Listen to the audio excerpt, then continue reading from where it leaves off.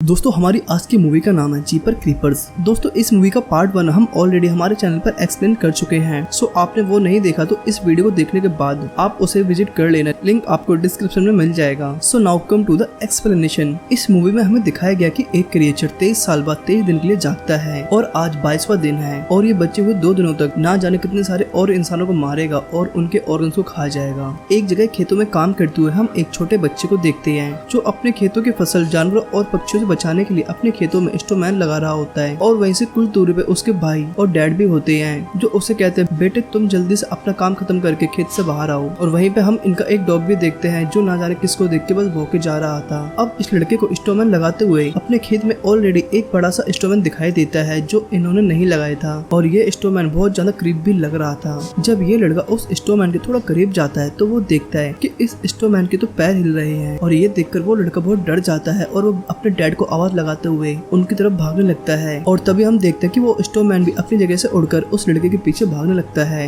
इधर इस लड़के के डैड और भाई अपने बच्चे की आवाज सुन के उसको बचाने के लिए उसकी तरफ भागते हैं तो और वो लड़का भी चिल्लाते हुए इन्हीं की तरफ आ रहा था, लेकिन ये लोग देखते हैं कि कोई उसका पीछा कर रहा है। पर इनके पहुंचने से पहले वो क्रीप मैन इनके बेटे को उड़ा के ले जाता है और ये बाप बेटे बस देखते ही रह जाते हैं। अब नेक्स्ट डे हमें एक स्कूल बस दिखाई जाती है जिसके अंदर बहुत सारे बच्चे बैठे होते हैं और इसी बस में लास्ट में एक स्कॉट नाम का लड़का बैठा होता है जो बिल्कुल शांत था। और तभी अचानक से बस का पीछे का टायर पंचर हो जाता है, इसलिए बस मैनेजमेंट बाहर निकलते हैं और देखते हैं कि उनके पास दूसरा टायर नहीं है। तो ये लोग वहीं खड़े होके किसी के आने का इंतजार करते हैं ताकि ये लोग उनसे हेल्प ले सके। और इनकी दूसरी मुसीबत तो ये होती है कि इनके फोन में वहाँ टावर्स भी नहीं आ रहे थे क्योंकि ये जगह शहर से बहुत ज्यादा अंदर होती है। अब ड्राइवर जो कि पंचर टायर को चेक करती है तो उसके अंदर उसे एक थ्रोन स्टार दिखाई देता है जो कि बहुत ज्यादा नुकीला और शार्प होता है और इस वजह से इनका पूरा टायर फट चुका था। लेकिन इस थ्रोन नाइफ को देख के ये लग रहा था कि ये बस के नीचे अपने आप नहीं आया बल्कि इसको किसी ने जानबूझ के फेंका है। और बस के अंदर बच्चों को एफएम के थ्रू एक खबर आती है कि पुलिस वालों को एक चर्च के बेसमेंट में से लगभग 300 डेड बॉडीज मिली हैं जो कि कई सालों से वहाँ पड़ी हुई थी।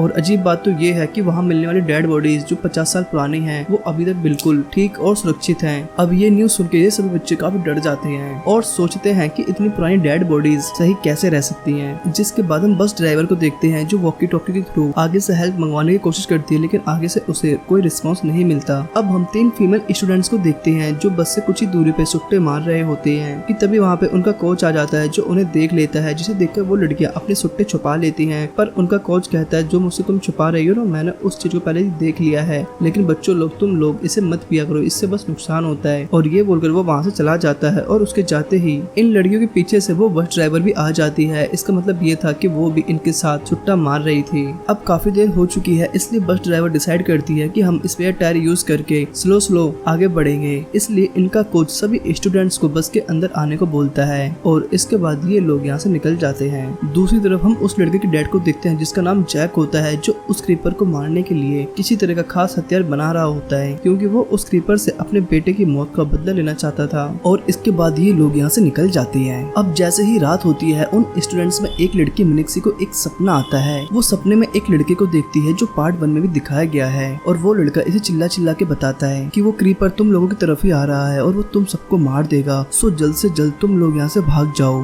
और तब मिनिक्सी देखती है कि क्रीपर ने उनकी बस की तरफ एक और थ्रोइंग स्टार फेंका है जिस वजह से उनके बस का टायर फट गया है।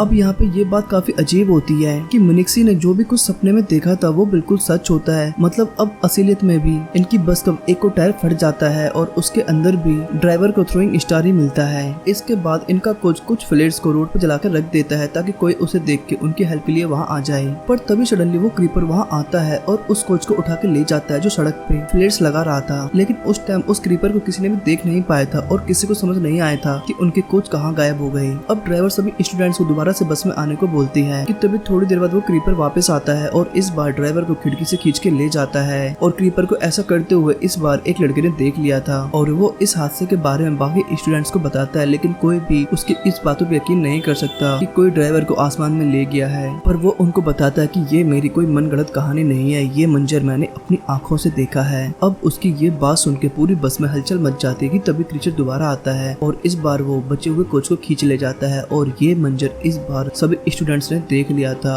और वो काफी घबरा जाते हैं, इसलिए वो लोग अपनी बस को अंदर से लॉक कर लेते हैं। अब ये मिक्सी नाम की स्टूडेंट दोबारा गिर जाती है और इस बार इसकी आंखें बिल्कुल व्हाइट हो जाती हैं और मिक्सी फिर एक बार एक सपना देखती है। वो इस बार सपने में खेत में एक स्टोमैन को देखती है जो बहुत डरावना था और ये वहाँ पे वही लड़के को देखती है जिसे हम पार्ट 1 में भी देख चुके हैं। और ये लड़का मिक्सी को यहाँ बताता है कि ये 23 साल बाद 23 दिन के लिए खाने के लिए जागता है। तो मिक्सी पूछती है कि वो क्या खाने के लिए जागता है, तो वो बताता है कि वो हम इंसानों को खाने के लिए जागता है और हम इंसानों के स्पेशल पार्ट्स को खाने के लिए जागता है। और वो बताता है कि देखो ये मेरी आंखें भी खा चुका है। और तभी मिक्सी होश में आ जाती है और वो सबको अपने सपने के बारे में भी बताती है। वो बताती है कि एक लड़का सपने में मुझे बता रहा था कि वो क्रीपर हम सबको मार के खा जाएगा। और दूसरी तरफ जैक और उसका बेटा उस क्रीपर को ढूंढते हुए एक गाड़ी के पास पहुंचते हैं और वो देखते हैं कि इस गाड़ी की हालत बिल्कुल खराब है और वो समझ जाते हैं कि ये हालत इसकी उस क्रीपर ने ही की होगी। पर वो उस गाड़ी में लगे वॉकी टॉकी में किसी की आवाज सुनती है जो उनसे हेल्प मांग रहा था और ये बस में बैठा वही स्टूडेंट होता है जो इन्हें पुलिस वाला समझ के इनसे हेल्प मांग रहा था। वो इन्हें बताता कि प्लीज सर हमें बचा लीजिए, वो डरावना क्रीचर हमें मार देगा।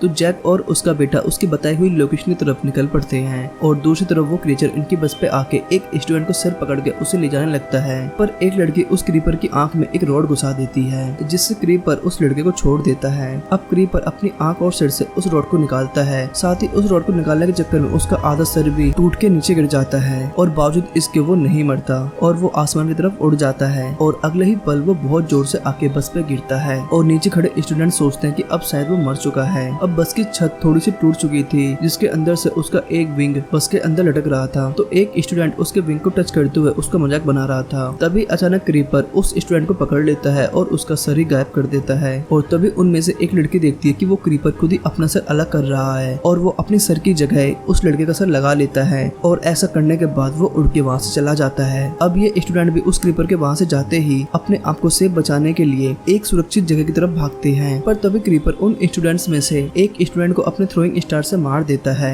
इसके बाद वो एक नाइफ से स्कॉट को मारता है और जिस वजह से स्कॉट का हाथ एक पेड़ में फंस जाता है। ये देख के स्कॉट के फ्रेंड उसे बचाने की कोशिश करते हैं और वो लोग नाइफ निकालने में कामयाब तो हो जाते हैं, लेकिन तब तक वो क्रीपर वहाँ पहुँच के स्कॉट को उठा कर ले जाता है। मिनिक्सी जो कि अपने ग्रुप से अलग हो चुकी थी, लेकिन वो जैक और उसके बेटे को मिल जाती है और अब वो उसको लेके उसी बस के पास आते हैं कि तभी वहाँ एक स्टूडेंट भी आ जाता है जिसे देख के मिनिक्सी इससे पूछती है क्या वो क्रीपर तुम्हारे पीछे तो नहीं आया। तो वो लड़का बताता नहीं, वो दरअसल हमें सेफ प्लेस नहीं मिला था इसलिए हम लोग वापस आ गए। कि तभी वो क्रीपर वहाँ आके उस लड़के का सर पकड़ के उसे बाहर खींचने लगता है पर वो बेहोश होकर वहीं गिर जाता है। पर तभी जैक और उसका बेटा एक खातून से उस क्रीपर पे हमला करते हैं जिससे वो क्रीपर काफी घायल हो जाता है और इस वजह से वो वहाँ से चला जाता है। फिर बाकी 3 स्टूडेंट्स को एक गाड़ी दिखती है तो वो लोग जल्दी से उसे स्टार्ट करके वहाँ से निकलने लगते हैं पर वहाँ क्रीचर आ जाता है तो इसलिए वो लोग काफी हाई स्पीड में गाड़ी का ब्रेक लगा देते हैं जिस वजह से क्रीचर उनकी गाड़ी से टकरा जाता है और इस हादसे में 2 लड़के तो बच जाते हैं लेकिन एक लड़के का टांग फ्रैक्चर हो जाती है। साथ ही क्रीपर का एक हाथ पांव और एक विंग जख्मी हो जाते हैं। अब वो क्रीपर उस लड़के को मारने की कोशिश करता है जो जख्मी था ताकि वो उसे मार के अपने हाथ पांव दोबारा से लगा सके। पर समय रहते जैक वहाँ आके क्रीपर के सिर पे अपने हापुड़ से हमला करता है और क्रीपर काफी दूर जाके गिरता है। अब वो क्रीपर हापुड़ को अपने सिर से निकालने की बहुत कोशिश करता है। इसके बाद जैक एक बहुत बड़ी सी रॉड लेके आता है और उस क्रीपर के सिर पे और पूरी बॉडी पे बार बार मारता है क्योंकि वो अपने बेटे की मौत का बदला उससे ले रहा था। बावजूद इसके वो क्रीपर मरता नहीं है और वो अपनी आंखें बंद करके बस सो जाता है क्योंकि आज 23वां दिन था और ये दिन भी कंप्लीट हो गया था। तब मैक्सिन इन्हें बताती है कि ये क्रीचर मरा नहीं है और आज 23वां दिन था और आज के 23 साल बाद ये क्रीचर दोबारा जिंदा हो जाएगा। इसके बाद हमें 23 साल बाद का सीन दिखाया जाता है जहाँ पे कुछ स्टूडेंट्स जैक के घर पे आते हैं उस क्रीपर का स्केलेटन देखने के लिए और हम जैक को भी देखते हैं जो कि अब काफी बूढ़ा हो चुका था और वो उस क्रीपर के स्केलेटन के सामने बैठ के उसके जिंदा होने का इंतजार कर रहा है क्योंकि अब बस 3 दिन ही बचे हैं और जैसे ही वो जिंदा होगा वो उसे अपने हापुड़ से मार देगा। और इसी के साथ ये मूवी यहीं एंड हो जाती है।